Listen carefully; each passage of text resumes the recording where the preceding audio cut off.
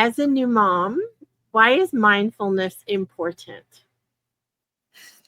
Mindfulness, I think, is important for new moms. So that way, well, let me say this. Mindfulness was important for me, so I didn't lose myself in motherhood and lose my identity.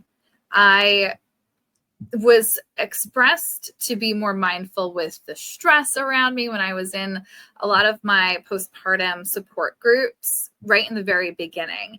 I had postpartum rage, and it was everyone's answer to feeling better from the rage. And I didn't understand how being more mindful was going to help me lessen the rage when there were like actual physical factors around me that were just inducing it, as well as like just not knowing how to take care of myself well. So for me, understanding mindfulness took some learning on how to do better self-care and how to shift some of my expectations to be more present and aware with my body and know what kind of boundaries I had to set with myself.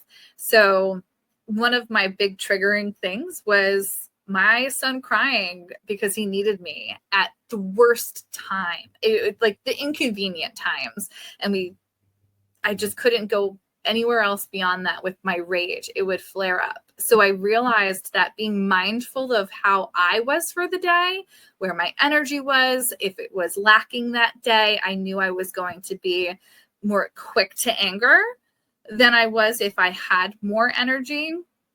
If my husband was around, I was able to then delegate a lot more to him. So I was taking things off my plate. That understanding of how mindfulness was going to be helping me down the line ended up really being what everyone was trying to promote for mindfulness for me and how it would help me with my rage. And it did. Being able to introduce more self-care in my day, knowing more about my body and my moods and my energy levels really is what came down to being more mindful for myself and helped me heal.